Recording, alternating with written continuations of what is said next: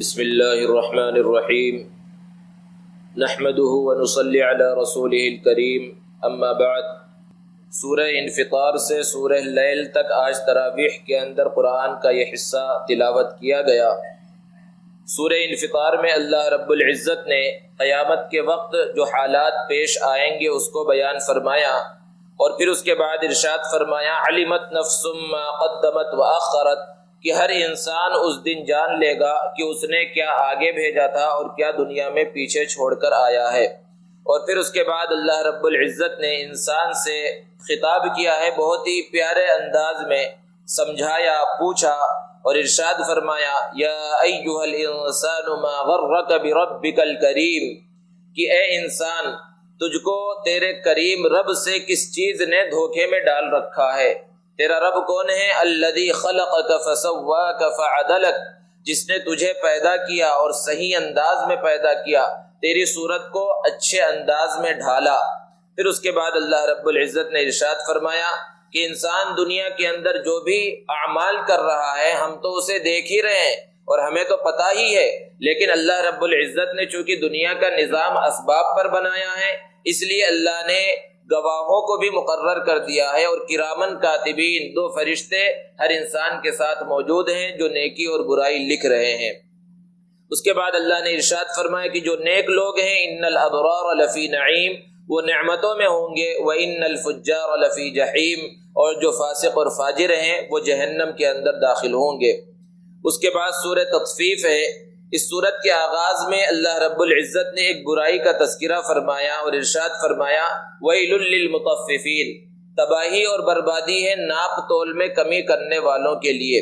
یہ بہت بڑی معاشرتی بیماری ہے، اور عام طور پر اس کو بیماری سمجھا ہی نہیں جاتا، برائی سمجھا ہی نہیں جاتا، بلکہ اس کو ایک ہنر سمجھا جاتا ہے۔ اور آج کے زمانے میں جب دنیا نے ترقی کر لی اور الیکٹرانک ترازو وغیرہ آ گئے ہیں، اس میں بھی لوگ جو ہے ڈنڈی مار دیتے ہیں، اور جو کام کرنے والے دکانوں کے اندر موجود ہوتے ہیں ان کو سکھا دیا جاتا ہے کہ کس گراہک سے کس انداز میں ڈنڈی مارنی ہے، اور اس کو بڑا ہنر اور بڑی کاریگری سمجھا جاتا ہے۔ یہ قیامت کے دن پتہ چلے گا۔ اللہ رب العزت نے ارشاد فرمایا ان لوگوں کا حال کیا ہے، الذین اذا اکتالوا علی الناس یستوفون، کہ جب یہ لوگوں سے مال خریدتے ہیں تب تو پورا خیال کرتے ہیں کہ وزن صحیح سے ہو رہا ہے یا نہیں ہو رہا، لیکن جب مال بیچتے ہیں وَإِذَا كَالُوهُمْ أَوْ وَزَنُوهُمْ يُخْسِرُونَ، اور جب اس کو ناپ کر یا وزن کر کے دیتے ہیں تو اس کے اندر کمی کر دیتے ہیں۔ مفسرین نے بیان فرمایا کہ ہر ناپ کر دی جانے والی چیز اور تول کر دی جانے والی چیز کے اندر تخفیف ہو سکتی ہے، اسی طرح کوئی سا بھی کاروبار ہو، کوئی سی بھی چیز ہو، اس کے کسی عیب کو چھپا لینا یہ بھی تخفیف کے اندر داخل ہے۔ کپڑا ہے، کپڑے کے اندر کچھ خرابی ہے، اس خرابی کو بغیر بتلائے بیچ دینا یہ بھی جو ہے تخفیف کے اندر داخل ہے۔ غلہ ہے جس کو بیچا جا رہا ہے، سامنے والے کو صحیح نظر آ رہا ہے، بیچنے والے کو پتہ ہے اس کے اندر کچھ خرابی ہے، تو اس خرابی کو چھپا کر بیچ دینا یہ سب تخفیف کے اندر داخل ہے، اور اللہ نے ان کے لیے تباہی کی وعید بیان فرمائی ہے۔ پھر اس کے بعد اللہ رب العزت نے جو نیک لوگ ہوں گے ان کا کیا مقام اور مرتبہ ہوگا بیان فرمایا کہ ان الابرار لفی نعیم علی الارائک ینظرون، کہ بے شک جو نیک لوگ ہوں گے وہ نعمتوں میں ہوں گے اور مسندوں پر ٹیک لگا کر ادھر ادھر دیکھ رہے ہوں گے، ان کے چہرے سے رونق نظر آ رہی ہوگی، اور ان کو مہر لگی ہوئی شراب پلائی جائے گی۔ اور اس کے برخلاف جو کافر ہیں، فاجر ہیں، فاسق ہیں، جو دنیا میں ایمان والوں کا اور نیک لوگوں کا مذاق اڑاتے تھے، ان پر ہنستے تھے، قیامت کا دن ایسا دن ہوگا کہ پھر ان کے اوپر ہنسا جائے گا۔ اس کے بعد سورہ انشقاق ہے، جیسا کہ نام سے ہی واضح ہے، جس کے معنی پھٹ جانا۔ اس صورت میں بھی اللہ رب العزت نے قیامت کے وقت جو حالات پیش آئیں گے اس کو بیان فرمایا۔ نبی صلی اللہ علیہ وسلم نے ارشاد فرمایا کہ اگر قیامت کے واقع ہونے کے منظر کو تم اپنی آنکھوں سے دیکھنا چاہتے ہو تو سورہ تکویر، سورہ انفطار اور سورہ انشقاق کی تلاوت کرو۔ اس کے اندر بہت ہی تفصیل کے ساتھ اللہ رب العزت نے جب قیامت قائم ہوگی تو کس طرح کے حالات پیش آئیں گے اس کو بیان فرمایا ہے۔ پھر اس کے بعد اللہ رب العزت نے قسم کھا کر ارشاد فرمایا، قرآن مجید کی حقانیت کو بیان فرمایا کہ جب اس کو پڑھا جاتا ہے تو پڑھنے والے سجدے کے اندر گر جاتے ہیں، لیکن جو کافر لوگ ہوتے ہیں وہ اس کو جھٹلا دیتے ہیں۔ اسی صورت کے اندر اللہ رب العزت نے قیامت کے وقت جو نام اعمال داہنے ہاتھ میں دیا جائے گا تو ان کے بارے میں بیان فرمایا کہ ان کا بہت آسان حساب لیا جائے گا، اور جن کا نام اعمال بائیں ہاتھ میں دیا گیا تو وہ اس دن ناکام ہونے والوں میں ہوں گے۔ اس کے بعد سورہ بروج ہے۔ اس سورت کے آغاز میں اللہ رب العزت نے آسمان کی قسمیں کھائی اور ارشاد فرمایا وَالسَّمَاءِ ذَاتِ الْبُرُوجِ، یہ قسم ہے اس آسمان کی جو برجوں والا ہے، اور پھر اس کے بعد قیامت کے دن کی اللہ رب العزت نے قسم کھائی، اور پھر ایک واقعے کو بیان فرمایا۔ صحیح مسلم کے اندر اللہ کے رسول صلی اللہ علیہ وسلم نے اس کو تفصیل کے ساتھ بیان فرمایا کہ حضرت عیسیٰ علیہ السلام کی امت میں، یعنی نبی کریم صلی اللہ علیہ وسلم کی دنیا میں تشریف لانے سے پہلے کا ایک واقعہ ہے کہ ایک بت پرست اور کافر اور مشرک بادشاہ تھا، جس کے پاس ایک کاہن بھی تھا جو لوگوں کو الٹی سیدھی غیب کی خبریں بتلایا کرتا تھا۔ اس نے ایک مرتبہ بادشاہ سے کہا کہ کوئی چھوٹا بچہ جو ذہین ہو، ہوشیار ہو، مجھے عطا فرمائے تاکہ میں اس کو اپنا علم اپنے مرنے سے پہلے سکھا دوں، اور میرے دنیا سے جانے کے بعد وہ یہ علم لوگوں کو سکھلائے اور یہ کہانت اور یہ غیب کی خبریں لوگوں کو بتلائے۔ تو بادشاہ نے اپنے علاقے کے اندر تلاش کیا تو ایک ذہین اور ہوشیار بچہ نظر آیا، وہ اس کاہن کے حوالے کر دیا، اور وہ بچہ اپنے گھر سے چلتا اور کاہن کے پاس پہنچتا اور اس کے جو بھی باطل علوم تھے اس کو سیکھتا۔ راستے میں اسے ایک گرجا نظر آیا جہاں پر ایک راہب عبادت کرتا تھا، راہب جو حضرت عیسیٰ علیہ السلام پر ایمان رکھتا تھا، اور اس زمانے میں وہی صحیح مذہب تھا، وہی حق مذہب تھا۔ تو اس بچے کو اس کا عبادت کرنا پسند آیا اور راہب کے پاس بھی جانے لگا، اس کی عبادت بھی سیکھنے لگا، اور یہاں بھی جا رہا ہے۔ اب وہ کشمکش میں مبتلا ہو گیا کہ دونوں میں حق پر کون ہے، دونوں میں بظاہر تضاد ہے، کون حق پر ہے۔ اتفاق سے اس نے دیکھا کہ ایک جگہ پر ایک مجمع لگا ہوا ہے اور لوگ پریشان نظر آ رہے ہیں۔ اس نے دیکھا تو وہاں ایک شیر ہے جس کی وجہ سے لوگ خوف میں مبتلا ہیں۔ اس نے ایک پتھر اٹھایا اور دعا کی کہ اگر راہب کا مذہب حق ہے تو میرے اس پتھر سے وہ شیر ہلاک ہو جائے، اور اگر کاہن کا طریقہ اور اس کا مذہب حق ہے تو اس پتھر سے وہ شیر ہلاک نہ ہو۔ اور اس نے پتھر مارا تو وہ شیر ایک پتھر کے لگنے کی وجہ سے ہلاک ہو گیا۔ تو اس کو یقین ہو گیا اس بات کا کہ راہب کا مذہب ہی حق پر ہے، اور اس نے کاہن کے پاس جانا چھوڑ دیا۔ اس واقعے کو بہت زیادہ شہرت ہوئی اور یہ واقعہ بہت زیادہ پھیل گیا کہ ایک بچے کے اندر عجیب و غریب خصوصیات ہیں، صرف ایک پتھر کے ذریعے اس نے جو ہے شیر کو مار دیا ہے۔ تو ایک اندھا اور نابینا آدمی اس کے پاس آیا، اس نے کہا کیا تم میری آنکھوں کو ٹھیک کر سکتے ہو؟ تو اس بچے نے کہا میں اللہ سے دعا کروں گا، اللہ تمہاری آنکھوں کو ٹھیک کر دے گا، تم ایمان قبول کر لو۔ اس نے ایمان قبول کیا اور اس بچے نے اللہ سے دعا کی، اس کی آنکھیں ٹھیک ہو گئی۔ ہوتے ہوتے یہ خبر جب بادشاہ کو پہنچی تو بادشاہ نے سب سے پہلے اس راہب کو جس سے وہ علم سیکھ رہا تھا، دین کا علم، اور اس اندھے کو جس کی آنکھیں ٹھیک ہو گئی تھی، اس کو قتل کرا ڈالا، اور اس بچے کے بارے میں حکم دیا کہ اس کو برے انداز میں مارا جائے، پہاڑ کی چوٹی پر لے کر جاؤ اور وہاں سے اسے دھکا دے دو۔ تو جو لوگ پہاڑ کی چوٹی پر لے کر گئے وہاں پر ہلکا سا زلزلہ آیا کہ وہ سب کے سب نیچے گر کر ہلاک ہو گئے، اور یہ بچہ صحیح سالم واپس آ گیا۔ پھر اس کے بعد حکم ہوا کہ اس کو سمندر کے بیچ میں لے جا کر ڈبا دو۔ تو جو لوگ ڈبانے کے واسطے لے کر گئے تھے وہ لوگ ڈوب گئے اور یہ بچہ صحیح سالم واپس آ گیا۔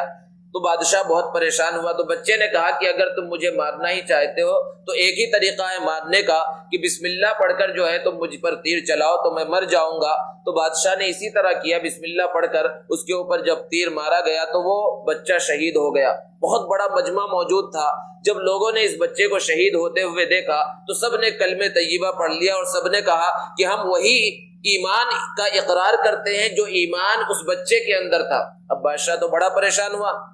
کہ جس چیز کو روکنے کے لیے اتنا لمبا ڈرامہ کیا گیا، لوگوں کی جانیں لی گئی، وہ چیز ہو رہی ہے اور ہزاروں کی تعداد میں لوگوں نے ایمان قبول کر لیا ہے۔ تو اللہ رب العزت نے اس واقعے کی طرف یہاں پر اشارہ کیا ہے کہ خندق والوں کو قتل کر دیا گیا۔ بادشاہ نے ان سب کو، جن کی تعداد روایتوں کے اندر آئی ہے کہ 20,000 کی تعداد تھی، ایک بڑی خندق کھدوائی گئی اور اس کے اندر آگ جلوایا گیا اور 20,000 لوگوں کو زندہ جلا دیا گیا۔ اس کو اللہ رب العزت نے یہاں پر بیان فرمایا۔ آج جب اس کو بیان کیا جاتا ہے تو لوگوں کو یقین نہیں ہوتا کہ 20,000 آدمیوں کو کس طرح زندہ جلایا جا سکتا ہے، حالانکہ آج کے زمانے میں ہم دیکھ رہے ہیں مسلم ممالک کے اندر مسلمانوں پر کس طرح ظلم ہو رہا ہے۔ کیا برما کے حالات ہمارے سامنے نہیں؟ ملک شام کے حالات، فلسطین کے حالات، افغانستان میں کیا ہوا؟ کیا وہاں آگ میں ہزاروں ہی نہیں، وہاں لاکھوں لوگوں کو جلا دیا گیا۔ یہ جو بمباری کی جا رہی ہے آگ میں جلانا نہیں ہے، قرآن کا سمجھنا آج کے زمانے میں اور زیادہ آسان ہو گیا۔ آج سے پہلے لوگ سمجھتے تھے اور اس کے اندر تھوڑی تردد کے اندر مبتلا ہو جاتے تھے کہ آخر ایسا کیسے ہو گیا، 20-20 ہزار لوگوں کو کس طرح جلایا گیا۔ آج ہم دیکھ سکتے ہیں کہ چھوٹے سے ایک گولے کے ذریعے بستی کو، اور وہاں پر بوڑھے ہیں، بچے ہیں، جوان ہیں، عورتیں ہیں، کسی چیز کا خیال نہیں ہے، سب کو ایک ساتھ جلایا جا رہا ہے، تباہ و برباد کیا جا رہا ہے۔ تو یہ ہر زمانے کے اندر ظالموں کا شیوا رہا ہے کہ جب وہ دلیل سے نہیں جیت سکتے، حق بات کو قبول نہیں کر سکتے، تو اپنی طاقت کا استعمال کرتے ہیں اور آگے نہیں دیکھتے کہ وہ کمزور ہیں، نہتے ہیں، مظلوم ہیں۔ وہ سلسلہ اس وقت بھی چل رہا تھا اور آج تک یہ سلسلہ چل رہا ہے۔ اس کے بعد سورہ طارق ہے۔ اس سورت میں بھی اللہ رب العزت نے چمکتے ہوئے ستاروں کی قسم کھائی اور پھر اس کے بعد انسان کی حقیقت کو بتلایا کہ انسان اپنے اوپر غور تو کرے کہ کس چیز سے وہ پیدا کیا گیا ہے۔ پھر اس کے بعد سورہ اعلیٰ ہے۔ اس سورت کے آغاز میں اللہ رب العزت نے حکم دیا ہے کہ اپنے پروردگار کی جو بہت ہی بلند اور برتر ہے اس کی تسبیح کو بیان کرو، اور پھر اللہ نے اپنی صفت بیان فرمائی، الذی خلق فسوی، جس نے پیدا کیا اور صحیح انداز میں سب کو پیدا کیا۔ اور پھر اس کے بعد اللہ رب العزت نے ارشاد فرمایا کہ کامیابی اس وقت ہوگی جب انسان خود اپنا دل صاف کر لے، تزکیہ اختیار کرے، تقوی کو اختیار کر لے، تو وہ کامیاب ہونے والوں میں ہوگا۔ سورہ غاشیہ کے اندر اللہ رب العزت نے ارشاد فرمایا، هل اتاک حدیث الغاشیہ۔ غاشیہ سے مراد ہے ڈھانپ لینے والی، اور یہ قیامت کا ایک نام ہے۔ اللہ رب العزت نے ارشاد فرمایا، وجوہ یومئذ خاشعہ، کہ اس دن کچھ چہرے ڈرے ہوئے ہوں گے، جھکے ہوئے ہوں گے۔ اور پھر آگے اللہ رب العزت نے اپنی قدرت کاملہ اور اپنے قدرت کے چند مناظر کو بیان فرمایا کہ افلا ينظرون الى الابل كيف خلقت، کہ کیا لوگ اونٹ کو نہیں دیکھتے کہ کس طرح پیدا کیا گیا ہے؟ دنیا میں جانور تو بے شمار ہیں، مخلوقات بے شمار ہیں، لیکن اللہ رب العزت نے ان میں سے اونٹ کا تذکرہ فرمایا اس بات کو بتلانے کے واسطے کہ کیسی کیسی عجیب چیزوں کو اللہ نے پیدا فرما دیا ہے کہ انسان جن چیزوں کو پوجتا ہے اللہ کو چھوڑ کر، وہ سب مل کر بھی ایک مکھی اور مچھر کو پیدا نہیں کر سکتے۔ کہ اونٹ اتنا بڑا بھاری بھرکم اور طاقتور جانور ہے، لیکن صبر کا مادہ اتنا زیادہ اس کے اندر ہے کہ ایک بچہ بھی اس کی نکیل پکڑ کر جہاں چاہے لے کر چلا جاتا ہے، اور اتنا زیادہ صبر ہے اور اتنی زیادہ اس کے اندر برداشت کی قوت ہے کہ 10 دن 15 دن اگر اسے پانی نہ ملے تب بھی وہ جو ہے زندگی گزار لیتا ہے۔ پھر اسی طرح اور بھی اللہ نے بیان فرمایا کہ آسمان کو دیکھو کہ آسمان کو کس طرح بلند کیا گیا، پہاڑوں کو کس طرح گاڑ دیا گیا، زمین کو کس طرح برابر کر دیا گیا۔ یہ سب مختلف مقامات پر اللہ رب العزت بیان فرماتے ہیں تاکہ انسان اللہ کی ان مناظر کے اندر جو اللہ نے بنایا ہے غور و فکر کرے اور اللہ کے اوپر سچی طرح سے ایمان لائے۔ اس کے بعد سورہ فجر ہے۔ اس سورت میں اللہ رب العزت نے فجر کے وقت کی قسم کھائی اور پھر 10 راتوں کی قسم کھائی، اور یہ 10 راتوں سے مراد ذی الحجہ کے شروع کے 10 دن اور رات ہیں۔ احادیث میں اللہ کے رسول صلی اللہ علیہ وسلم نے ان ایام کی فضیلت کو بیان فرمایا کہ رمضان کے بعد سب سے زیادہ فضیلت والے ایام ذی الحجہ کے شروع کے 10 دن ہیں، اور اس کے بعد اللہ نے ارشاد فرمایا والشفع والوتر، یہاں پر 9 ذی الحجہ کی بھی جو عرفہ کا دن ہے اس کی قسم کھائی، اور 10 ذی الحجہ جو قربانی کا دن ہوتا ہے، بقرعید کا دن ہوتا ہے، اس کی بھی اللہ رب العزت نے قسم کھائی۔ مختلف مقامات پر آپ نے غور کیا ہوگا کہ اللہ رب العزت مختلف چیزوں کی قسمیں کھاتے ہیں، حالانکہ اللہ رب العزت کو کسی چیز کو بتانے کے واسطے قسم کھانے کی ضرورت نہیں، لیکن جب اللہ تعالیٰ کسی چیز کی قسم کھا لیتے ہیں تو اس چیز کا مرتبہ، اس چیز کی عظمت زیادہ ہو جاتی ہے۔ یہ ایک حکمت ہے اللہ رب العزت کے قسم کھانے کے اندر۔ پھر اس کے بعد سورہ بلد ہے۔ اس سورت میں اللہ رب العزت نے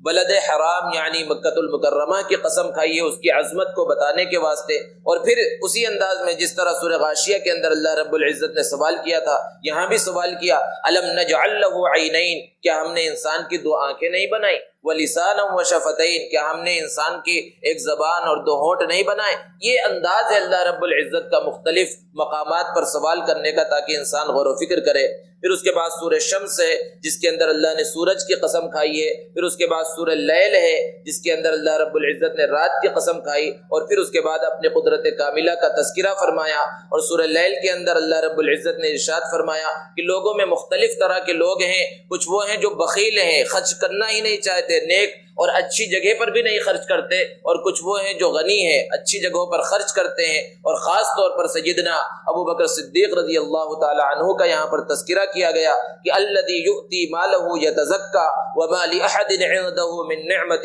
تجزا الا ابتغاء وجہ ربہ الاعلی۔ مفسرین نے شان نزول بیان فرمایا کہ اللہ کی رضا کے واسطے ایک بندہ ہے جو خرچ کر رہا ہے، یہ حضرت ابو بکر صدیق رضی اللہ تعالی عنہ کی شان میں